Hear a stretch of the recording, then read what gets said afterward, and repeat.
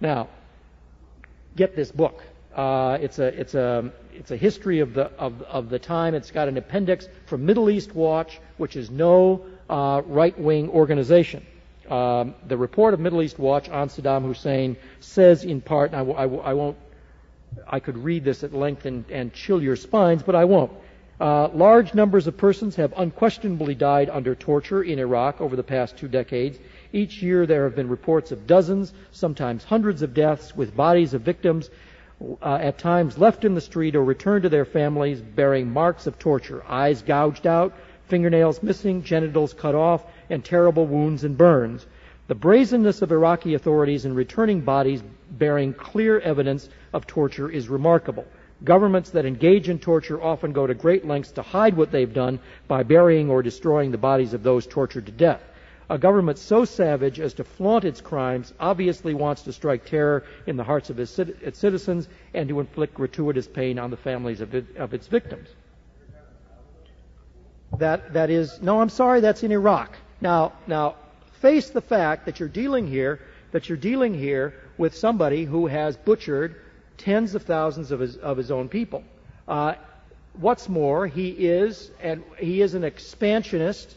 He had an expansionist ideology, which he stated before an Arab audience last February, and there was a theory behind it, that the Soviet Union is no longer a superpower, that there's only one superpower left in the world, and that's the United States, and it will have its way in the world until the Japanese and the Germans, thanks to their superior economic performance, can contain us, and that in the interim, it is up to somebody to contain the United States, and guess who he wanted to do it but himself, by using the oil weapon. But not merely by using oil, but by using the fruits of oil to equip himself with military might in order to intimidate his neighbors who could then, and to control their oil supplies. He has used the weapons that he's had at his command. He instituted the war against Iran. There were 1 million casualties in that war. It lasted for 8 years, and then he attacked Kuwait, a fundamentally defenseless country. Now, it's very fashionable to say that Kuwait is an emirate. What's an emirate? Absolute monarchy. That it doesn't allow women to vote. That it suspended its constitution. That it closed its national assembly. But in fact, the people who know the Middle East region know that in a region where there are very few democracies, practically none, Kuwait was headed further in that direction than any other country. It did have a national assembly at one point. The National Assembly and the Constitution were closed down amidst terrorism during the Iran-Iraq War, but as of 1990, they were beginning to have vigorous debates inside again about establishing the Sabah family as a constitutional monarchy. And they're headed back in that direction now that we've won the war. The progress toward democracy in Kuwait was interrupted by Saddam's invasion. What he conducted was not a bargaining endeavor, not to get islands that he might lease or something like that. This was a war of aggression, of takeover, of annihilation.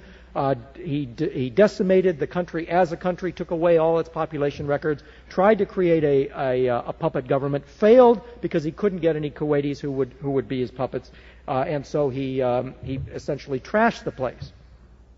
The United States did not provoke the invasion, did not go to war because we wanted to go to war. Quite the contrary. We failed to see it coming. We tried to get along with the guy. We appeased the guy at every turn. It was only after August 2nd that we finally bestirred ourselves to do anything about it. And what we did was to first try sanctions. We followed all the rules that you could possibly muster. We went to the United Nations. We passed 6 resolutions. Before there was a resolution against calling for the use of force. Ultimately, the use of force was passed by the constitutional authorities of the United States of America, namely the Congress of the United States, in a free and open vote. We got basically everybody in the world going along with us. We had Arab allies, people in the region, And our sole demand at the beginning, our sole demands were two, that he get out of Kuwait and restore the original government. Now, diplomacy was tried. The President of France went to see him. The Secretary General of the United Nations went to see him. James Baker was prepared to go see him. Instead, there was a meeting with the foreign minister and James Baker in which the subject of withdrawing from Kuwait never was raised by the Iraqi foreign minister. Diplomacy was tried. Now, the question, Christopher, I'm sure, and lots of other people who are against the war will say, well, sanctions were really never given a chance, and we'll never know whether sanctions would have worked or not. But look at what it took to get the guy even to consider withdrawing from Kuwait. 5 weeks of the heaviest bombing that we've had since World War II, the onset of a ground invasion, and then finally he would agree to get out of Kuwait. My proposition to you is that sanctions might have worked in 10 years, 15 years, sometime in the next century. They presumably would have worked. And oppositionists to the war never had a deadline, never suggested a contrary deadline. All they were interested in is punting the issue down the road and never coming to terms with Saddam Hussein. Now, there was a hidden motive involved here on the part of many of us who favored the war.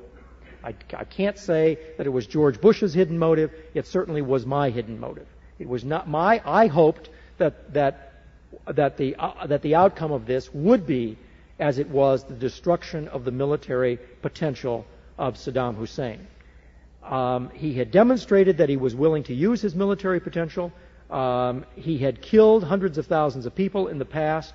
I wanted to see that military potential destroyed, which included nuclear weapons somewhere down the line, a chemical arsenal which he had already used, missiles, and the guy represented a menace to the region, and I'm delighted that military potential was destroyed. I think this was a peace aim in the context of just war theory. Now, there are two other subjects. One I've covered about sanctions. The other question is the methods. Were our methods proportionate to the task? You will hear estimates that 100,000 Iraqis were killed in the process of winning this war, and tens of thousands of civilians were killed in the process of winning this war. Those numbers have no verification to them. Now, I believe that tens of thousands of Iraqi soldiers were killed. I deeply regret that so many were killed. The idea that tens of thousands of civilians were killed, it seems to me, is implausible. Now, wait a minute, just a second. Saddam Hussein had the television networks of the world there in Baghdad, was carting them around from place to place, showing them what he described as purposeful attempts on our part to kill civilians.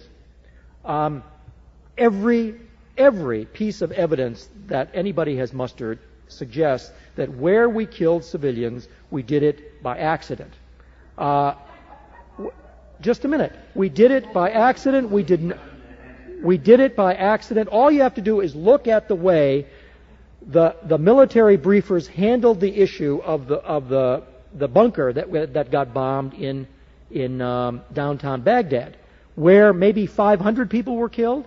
Right? That's the biggest case we know of mass destruction of civilians, and it was clearly an accident. There was military camouflage on the roof. It's been demonstrated that there was. Our pilots thought that this was something else other than what it was. We did not go seeking out these people knowing that there were civilians there to bomb them.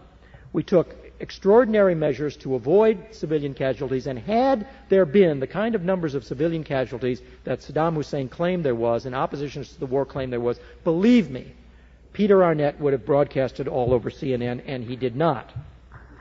Okay, I'm almost done. I think that probably that we overbombed military targets in Kuwait and in Iraq. We killed more military people than we needed to kill. We didn't want